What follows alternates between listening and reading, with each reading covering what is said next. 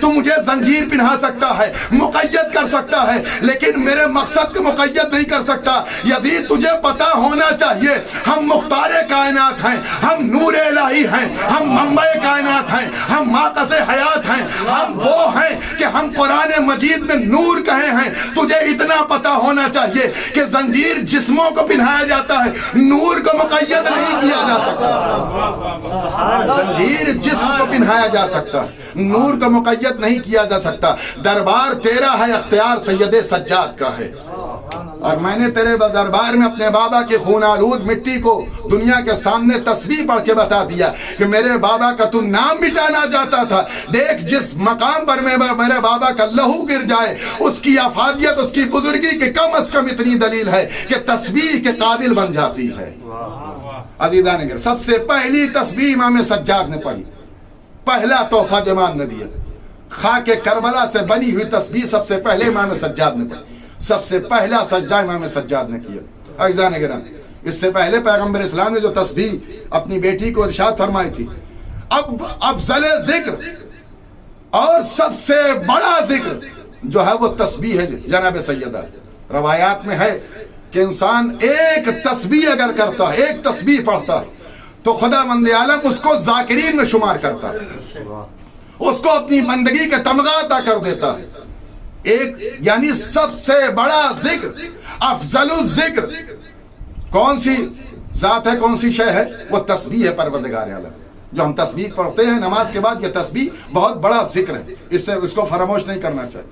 عزیزان گرامی، سب سے پہلی تسبیح امام سجاد نے خاک کربلا سے پڑھی۔ اس سے پہلے یہ تسبیح جب پیغمبر اسلام نے اپنی بیٹی کو تسبیح کی تعلیم دی تو شہزادی جناب ہم پہلے سب سے پہلے تسبیح بنائی اون کی۔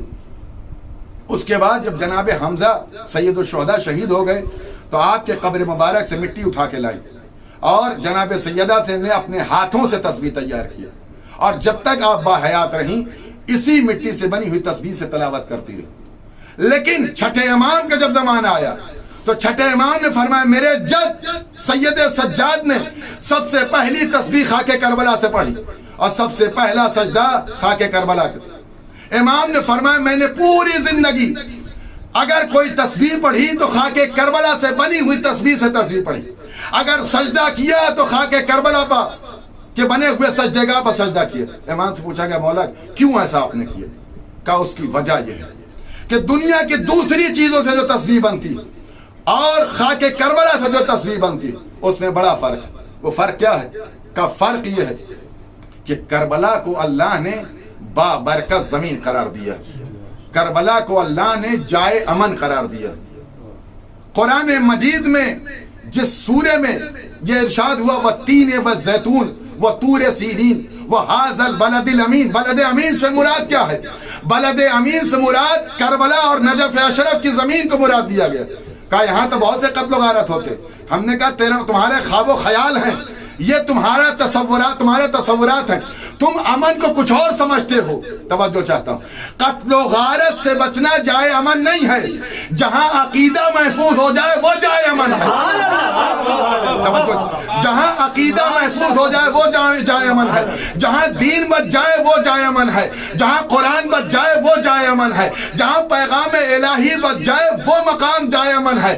اگر تمہیں جاننا ہو تو ہم تمہیں ایک دلیل دیتے ہیں کہ جب جناب مریم، توجہ چاہتا ہوں، جب جناب مریم پر لوگوں نے اعتراض کیا مریم یہ بیٹا کہاں سے لائی ہو، تمہارے پاس کوئی شوہر نہیں ہے، تمہارا خاندان پاک و پاکیز عفیف خاندان ہے، یہ بیٹا کہاں سے لائی ہو؟ تو اللہ نے کہا مریم گھبراؤ نہیں، توجہ چاہتا ہوں، مریم گھبراؤ نہیں، جب میں نے بیٹے کی بشارت دی ہے تمہاری عفت و عصمت کی حفاظت ہم کریں گے۔ جناب مریم کو اللہ نے کہا نکلو وہاں سے، ایسے عالم میں گھر سے نکلنے کی اجازت نہیں دی جاتی عزیزان گرامی، لیکن پروردگار عالم نے دمشق سے لے کر کے جناب مریم سے کہا سفر کرو، اور جناب مریم نے تاریخ نے لکھا کہ جناب مریم نے دمشق سے سفر کیا اور کربلا معلیٰ میں آ کے پناہ لی۔ جس مقام پر مظلوم کربلا کی شہادت ہوئی اسی مقام پر جناب عیسیٰ کی ولادت ہوئی. عزیزان گرامی اللہ نے اسی ولادت کی قسم کھائی ہے. توجہ چاہتا ہوں, جناب عیسیٰ کی ولادت کی قسم, جناب عیسیٰ کی حیات کی قسم کھائی اور اس مقام پر جناب مریم کو پہنچایا. میں کہوں گا پروردگار اتنا دور کا سفر کیوں طے کروایا؟ کہا میں دنیا کو بتانا چاہتا ہوں کہ اگر ہمارے نبی کے ماں کی عصمت کی امان دینا ہوئی تو کربلا بلوایا ہے. توجہ چاہتا ہوں, اگر عصمت کو امان دینا ہوا تو کربلا بلوایا ہے. دنیا پہچان لے کربلا تنہا لوگوں کے دلوں کو مطمئن کرنے کے لیے نہیں ہے, کربلا ہر اس رخ کو امان دینے کے لیے رکھی گئی ہے کہ جس رخ میں انسان امان چاہتا ہے. اللهم صل على محمد ثانيا بأعلى أصواتكم اللهم صل على محمد. جناب مریم کو بلایا اور اس مقام پر بلا کر کے امن کا پیغام دیا. اور جب قوم آئی تو جناب مریم کے پاس پہنچی تو جناب مریم سے کہا گیا کہ آپ خاموشی کا روزہ رکھیے, بولیے گا نہیں. جناب مریم نے کلام کا جواب نہیں دیا, صرف اشارہ کر دیا. میں کہوں گا پروردگار جناب مریم سے کہلا دیتا تیری محبوب خاندان, تیری محبوب کنیز تھی اور تجھ کو تو نے اس ذات کو دوہری سند طہارت کی دی تھی, جناب مریم سے کیوں کلام نہیں کروایا؟ تو شاید پروردگار آواز دے کہ مریم معصومہ ہے. توجہ چاہتا ہوں, مریم معصومہ ہے اور میری غیرت کو گوارا نہیں کہ معصومہ بدتمیزوں کا جواب دے, چاہے سلام کا جواب ہو یا کلام کا جواب. کوئی معصومہ کسی کا جواب نہیں دے گی, کسی بدتمیز کا جواب نہیں دی جائے, چاہے قوم سلام کرے چاہے قوم کلام کرے. لہذا آج جناب مریم نے جواب نہیں دیا, کل جناب سیدہ نے جواب نہیں دیا. مریم نے جواب دے کر کے قوم کو بدتمیز ٹھہرایا اور جناب سیدہ نے سلام کا جواب دے کر کے خلیفہ کو بدتمیز ٹھہرایا. صلوات پڑھیے محمد والے محمد. نعرہ حیدری, حیدری, آواز بلند نعرہ صلوات. آخری فکرے ہیں امام سجاد علیہ السلام نے سب سے پہلی تسبیح چھٹے امام سے پوچھا کہ مولا فرق کیا؟ کہ دونوں تسبیح میں فرق یہ ہے کہ دنیا کی دوسری بنی ہوئی تسبیحوں میں اور خاک کربلا کی بنی ہوئی تسبیح میں زمین و آسمان کا فرق ہے. ایک بڑا فرق یہ ہے کہ دنیا کی بنی ہوئی تسبیح میں جب انسان تسبیح پڑھتا رہتا ہے تو ثواب جاری رہتا ہے, جہاں تسبیح روک دیتا ہے ثواب رک جاتا ہے. لیکن خاک کربلا جس دن سے وہ تسبیح خریدی جاتی ہے اس دن سے ثواب اس کے لیے لکھا جاتا ہے, اور جب تک تسبیح پڑھتا رہتا ہے دوہرا ثواب دیا جاتا ہے. اور بندہ تسبیح پڑھتے پڑھتے تھک کے تسبیح رکھ کے سو جاتا ہے, اللہ ایک فرشتے کو اس کی نیابت میں خل کرتا ہے جو اس کی نیابت میں تسبیح پڑھتا رہتا ہے. دنیا کی تسبیح رک جاتی ہے, کربلا کی تسبیح چلتی رہتی ہے. کربلا کی تسبیح چلتی رہتی. اس کی وجہ کیا ہے؟ امام نے فرمایا دورت شعبانیہ میں کہ کربلا عظیم پیغام کا نام ہے. تم جاننا چاہتے ہو کربلا کیا ہے؟ امام مظلوم کربلا کو خطاب کر کے فرمایا انکا اشہد انکا قد قتلت ولم تمت انکا وجہ اللہ لم یہلک ولا یہلک ابدا.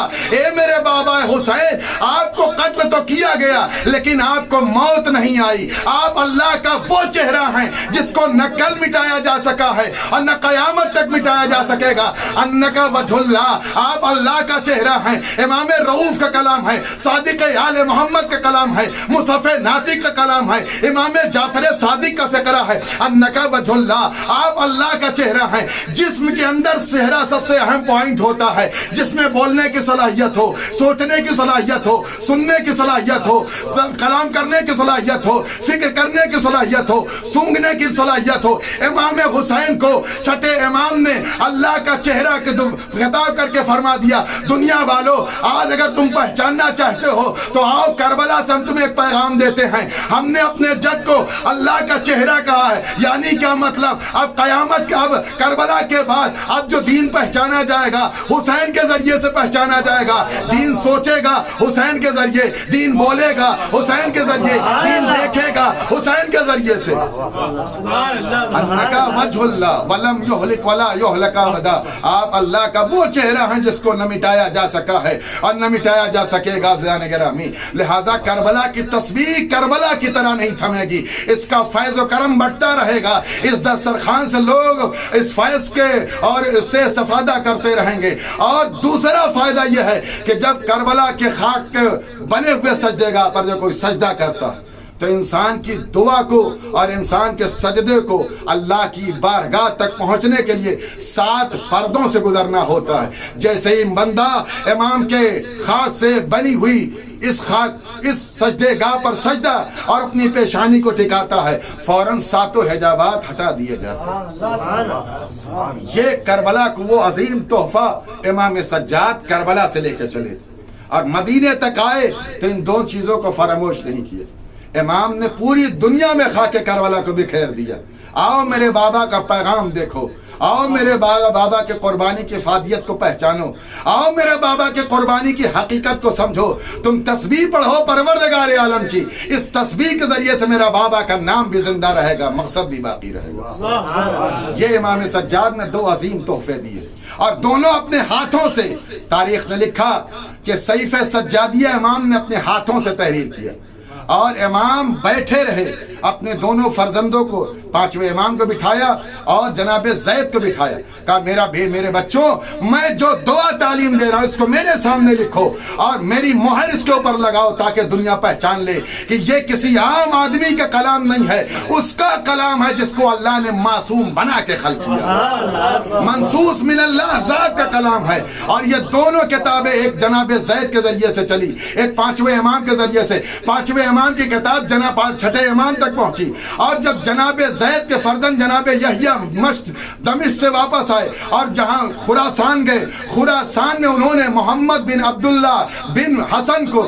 حسن مثنیٰ یعنی جناب حسن مثنیٰ کے ذریعے سے ان کے پوتے کو عطا کیا، ان کے پوتے نے جناب متوکل بن مروان کو عطا کیا، انہوں نے 6 امام کی بارگاہ میں وہ جناب زید کی کتاب کو پہنچایا، اور جیسے ہی متوکل لے کے پہنچے تو 6 امام نے کہا متوکل کیا لائے ہو؟ کہا مولا جناب زید کی وہ عظیم کتاب لے کر کے آئے ہیں جو اللہ کے لیے اللہ کا پیغام جس کے اندر موجود ہے۔ کہا تم صحیفہ سجادیہ کی تو بات نہیں کرتے ہو؟ کہا ہاں مولا۔ کہا لاؤ میرے سامنے۔ امام نے اپنی کتاب کو بھی رکھا اور اس جناب متوکل کے لائی ہوئی کتاب کو رکھا اور ملانے کے بعد فرمایا کہ دونوں ایک جیسی کتاب ہے۔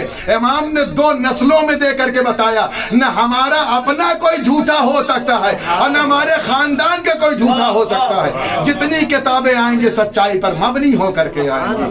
صلوات پڑھیے محمد والے محمد۔ لہذا اپنے بیٹے امام محمد باقر کی بزرگی کا اعلان کیا اور اتنی بزرگی جناب زید کی بزرگی کا اعلان کیا۔ یہ دونوں فرزند کے ذریعے سے میری کتاب دنیا تک جائے گی۔ عزیزان گرامی، لہذا صحیفہ سجادیہ ہم کو 2 سند سے مل کر کے آئی ہے اور امام رؤوف کے ذریعے سے، اور اس خاک کربلا کو بھی اپنے ہاتھوں سے امام نے پہنچایا۔ امام کے دست مبارک کے 2 عظیم تحفے امت کو ملے، ایک صحیفہ سجادیہ کا مجموعہ، ایک خاک کربلا کی وہ خاک جو دنیا کو مل رہی ہے تسبیح کے ذریعے سے اور سجدے گاہ کے ذریعے۔ بہت سی باتیں ہیں خاک کربلا کے عنوان سے پھر کبھی کسی موقع پر جانیں گے۔ یہ امام سجاد کی دعاؤں کا اثر ہے کہ امام نے اپنے جملوں میں بہت سی چیزوں کو پہنچایا۔ عزیزان گرامی، اس رؤوف امام نے کربلا سے یہی حسن مثنیٰ ہے کہ جن کے ذریعے سے جن کے پوتے نے کتاب پہنچائی۔ امام جناب حسن مثنیٰ امام حسن کا فرزند ہے، عظیم شخصیت ہیں، فقیہ ہیں، بزرگ ہیں۔ اس شخص کا بیان ہے کہ کربلا میں موجود تھا جب میں زخمی ہو گیا اور اپنے زخم سے تھوڑا سا افادہ ہوا، میرے رمق حیات میرے جسم میں باقی رہی روح۔ عزیزان گرامی، کہا کہ میں جب کھڑا ہوا تو مجھے بھی سید سجاد کے ساتھ گرفتار کر لیا گیا، اور جب میں امام سجاد کے ساتھ چل رہا تھا تو میری نگاہیں بیمار کربلا پر پڑی۔ میں نے جو منظر دیکھا، خدا کوئی منظر نہ دکھائے کسی کو، جو میں نے اپنے بھائی کو اور امام رؤوف کے پیروں پر جو ہماری نظر پڑی۔ کہا میں امام کے ساتھ چلتا تھا لیکن امام کسی سے گفتگو نہیں کرتے تھے، بات نہیں کرتے تھے۔ اس کی وجہ یہ تھی کہ امام علیہ السلام کے لیے جناب حسن مثنیٰ نے کہا کہ امام کے شانے پر اتنا گراں قدر لوہا رکھا گیا تھا کہ امام رکوع کی مانند جھک گئے تھے۔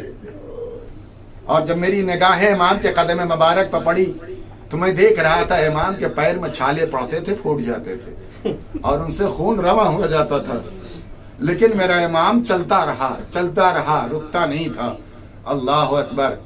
امام سجاد علیہ السلام کی غربت کے امام جناب حسن مصنع نے کہا کہ جب کہیں کوئی موقع ملتا تھا، کوئی سایہ دکھائی دیتا تھا تو تیزی کے ساتھ امام سائے کی طرف چلے جاتے تھے، اور جب سائے میں کھڑے ہوتے تھے تو شمر ملعون تازیانہ لاتا تھا اور امام کے پشت پر مار کے امام کو دھوپ میں لا کے کھڑا کر دیتا تھا۔ اس منظر کو جناب زینب کبریٰ نے دیکھا اور دیکھنے کے بعد فرمایا، میرے لال سید سجاد، تم دھوپ سے سائے میں کیوں جاتے ہو؟ بیٹا تم کو اذیت پہنچاتا ہے، تازیانے مارتا ہے، میرے لال دھوپ میں رہا کرو۔ ایک مرتبہ امام نے جملے فرمائے، پھوپھی اماں کربلا سے کوفے تک اب مجھ میں تاب نہیں رہی، ان جلتی ہوئی بیڑیوں کو اپنے ہاتھ میں برداشت کر سکوں۔ پھوپھی اماں دھوپ سے جو لوہا تپنے لگتا ہے اور میرے ہاتھوں میں جو زخم ہوا اس میں چبھنے لگتا ہے، اے پھوپھی اماں مجھ سے برداشت نہیں ہوتا۔ اللہ اکبر۔ غریب امام نے اپنے جملے فرما دیے۔ عزیزو، ایک مرتبہ جناب زینب نے فرمایا، میرے لال گھبراؤ نہیں، اور تمام بیویوں کو بلایا، قافلہ رکا ہوا تھا، تمام بیویوں سے کہا آؤ آؤ حلقہ بنا کر کے اپنے بیٹے کو حلقے میں لیتے ہیں تاکہ ہمارے سائے میں جتنی دیر قافلہ رکا ہے میرے بیٹے کی ہتھکڑیاں ٹھنڈی ہو جائیں، کچھ اس کو اس کی شدت میں فاقہ ہو جائے۔ عزادارو خدا کا کرے یہ منظر کوئی نہ دیکھے جو امام سجاد نے محسوس کیا ہے۔ عزیزان گرامی، کہنا آسان ہے، پڑھ لینا بہت آسان ہے، لیکن جس منزل کو امام سجاد نے طے کیا ہے وہ کسی نے طے نہیں کیا۔ ایک مرتبہ امام حلقے میں کھڑے تھے، تھوڑی دیر گزری تھی، امام نے حلقہ توڑ دیا اور توڑ کر کے دور جا کر کے دھوپ میں کھڑے ہوئے گئے۔ امام ایک مرتبہ جناب زینب نے پوچھا، میرے لال سید سجاد، جلتے ہوئے لوہے اتنی جلدی تو ٹھنڈے نہیں ہوتے، آخر تم نے حلقہ کیوں توڑا، دھوپ میں کیوں چلے گئے؟ بیمار کربلا نے جملہ فرمایا، اے پھوپھی اماں مجھے ہاتھوں کی ہتھکڑیوں کا جلنا برداشت ہے، میری نگاہوں کے سامنے آپ پر تازیانے لگے یہ مجھے برداشت نہیں ہے۔ اے پھوپھی اماں وہ شمر تازیانے لے کر کے آ رہا ہے، مجھے یہ برداشت نہیں ہے کہ مجھے آپ کے شانوں پر تازیانے لگائے جائیں۔ اجرکم اللہ۔ بس ایک فقرہ ختم و دعا۔ عزادارو، جب منہال نے پوچھا تھا مولا کتنی مصیبت پڑی، امام نے الشام الشام الشام کہا تھا۔ ایک جملہ 7 مظالم امام نے بیان کیے ہیں، اس میں ایک جملہ پڑھ کے بات تمام کر دیں گے۔ امام سے پوچھا گیا، مولا آپ الشام الشام کیوں کہتے ہیں؟ کہا اس لیے کہتا ہوں کہ مجھے اس دروازے پر کھڑا کرایا گیا تھا جہاں سے غلام بیچے جاتے ہیں، اور مجھے اس گلی سے لے جایا گیا جہاں یہود و نصارہ رہتے ہیں۔ جب میرا قافلہ میری شہزادیوں کے ساتھ پہنچا تو کوئی مجھ پر پتھر مار رہا تھا، کوئی مجھے ڈنڈے برسا رہا تھا، کسی کے پاس کچھ نہیں تھا، جلتا ہوا پانی میرے اوپر ڈال رہا تھا، میرے ہاتھ بندھے ہوئے تھے، میں اسے دفاع نہیں کر رہا۔